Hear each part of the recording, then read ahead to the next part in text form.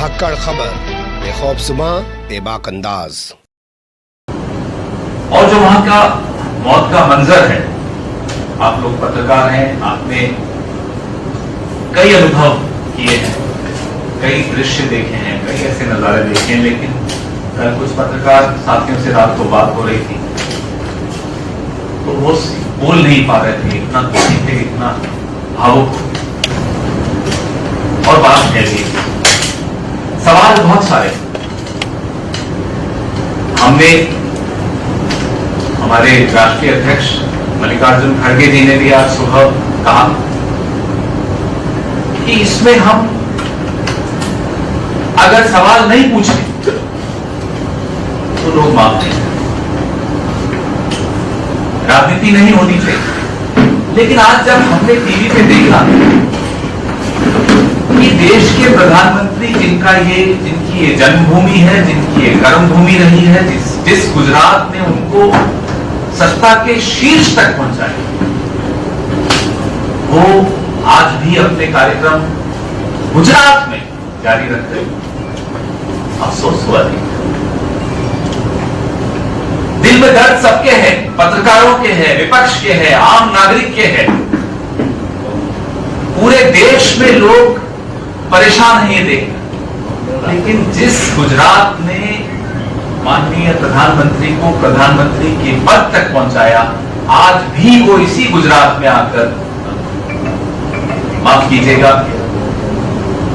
एक हैट लगाकर कार्यक्रम कर रहे हैं, देखा नहीं।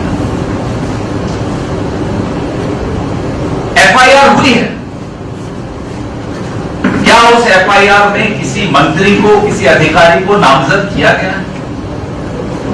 सवाल है कि ये अजंता मोरेवा नाम की कंपनी के ट्रस्ट को इस पुल की मेंटेनेंस, रखरखाव और संचालन का जिम्मा देने का निर्णय किसने लिया?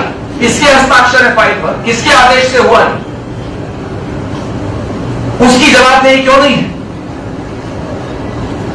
क्या आनंद फानंद में चुनाव आ रहा है, इससे जल्दबाजी में, रिबन काटने की जल्दी में आप लोगों ने बिना फिटनेस सर्टिफिकेट, बिना उसकी लोड बियरिंग कैपेसिटी देखे कि भाई उस पुल पे 500 लोग आ सकते हैं या नहीं, आपने खोल दिया पुल।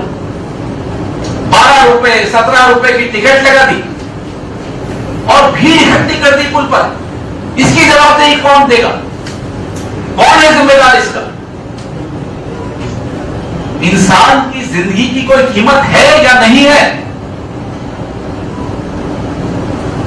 लाल बहादुर शास्त्री नाम के एक बहुत बड़े नेता थे इस देश के, प्रधानमंत्री के पद तक गए थे। एक रेल दुर्घटना में उन्होंने इस्तीफा दे दिया। गुजरात के मुख्यमंत्री इस्तीफा दे रहे हैं, उन्हें निकाला जा रहा है। हम यह जानना चाहते हैं किसकी जिम्मेदारी है इस राज्य की? कोविड में आप कहते हैं मौतें हुई नहीं, अस्पतालों की बाथरूम में लाशें मिली, यह स्थिति थी और आपने फिर भी हाथ खड़े कर दिए कि नहीं साहब यहां कुछ ऐसा नहीं हुआ। कौन जिम्मेदारी ले रहा है गुजरात के लोगों की जिंदगी की? इस कंपनी का क्या अनुभव रहा? क्या कोई अनुभव है इस कंपनी को? अजंता जो घड़ियां बनाते हैं, अनुभव है पुल की रखरखाव का, पुल की रिपेयर का और संचालन का?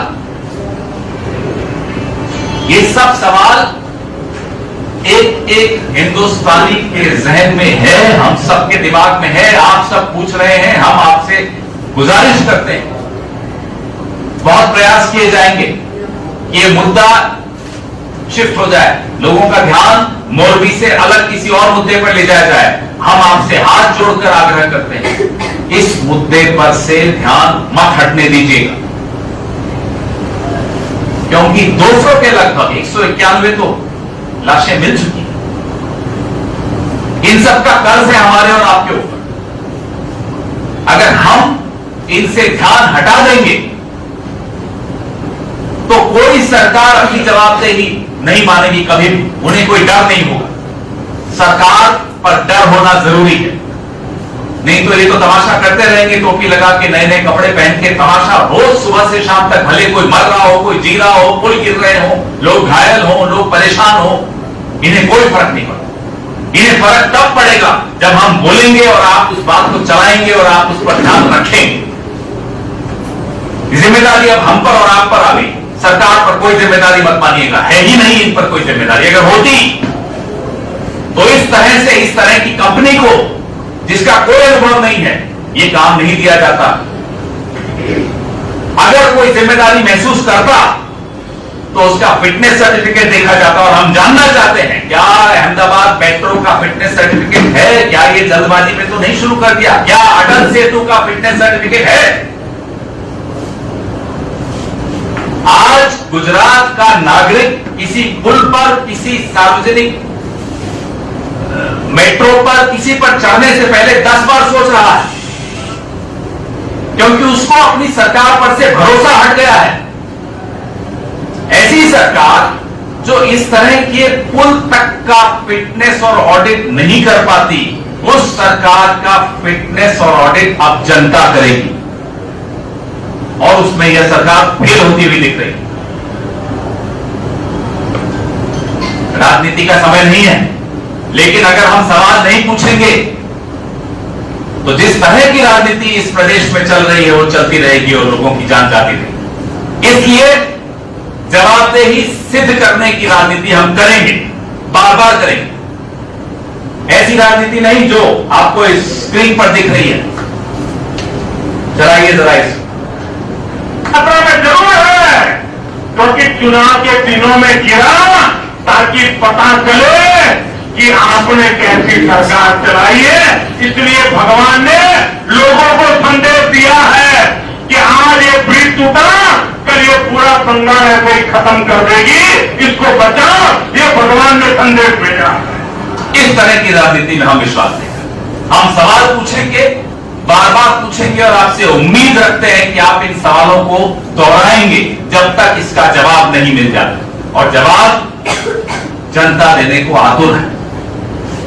इस प्रदेश के एक एक नागरिक की सुरक्षा की जिम्मेदारी हम पर, आप पर, छोड़ दीजिए सरकार को, हम पर और आप पर है। इसलिए आपसे नम्र निवेदन है, बार बार निवेदन है, इस मुद्दे को तब तक जिंदा रखिएगा जब तक जवाब नहीं मिल जाते, जब तक जिम्मेदारी, जवाबदेही तय नहीं की जाती।